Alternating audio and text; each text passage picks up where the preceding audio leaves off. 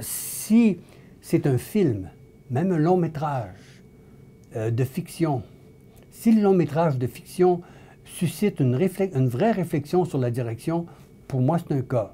Si c'est un chapitre d'un roman où il y a un personnage, puis que l'étudiant va lire le chapitre de roman, il va savoir que c'est un chapitre de roman, que c'est un personnage. Si ça suscite une vraie réflexion d'apprentissage sur la direction, pour moi, c'est comme un cas. Alors donc, ça peut être écrit par Flaubert ou par Zola, ça n'a pas d'importance, ou ça peut être un film de, je sais pas moi,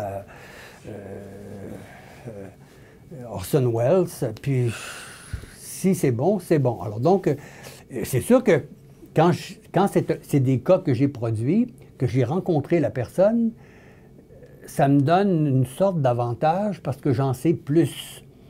Tu es en avance. Un professeur, il est là en avant parce qu'il a de l'avance sur ses étudiants. Il en sait plus sur ses étudiants.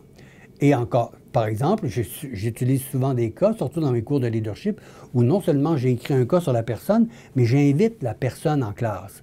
Donc l'étudiant, il se prépare, il a lu un cas, puis tout à coup, il voit la vraie bête, là. Il ne voit pas rien que ce qu'on a écrit sur la bête, il la voit, la vraie bête. Puis là, il fait « Wow! » Le cas rend assez fidèlement, mais l'étudiant réalise tout de suite, j'en apprends beaucoup. Seulement, alors, même avant qu'il parle, il a l'air de ça. Il agit de telle façon.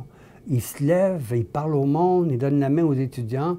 Là, il voit d'autres éléments. Et ça aussi, ça fait partie de la méthode des cas. C'est une richesse additionnelle quand tu as un cas sur lequel tu as ou une vidéo ou que la vraie personne vient en classe.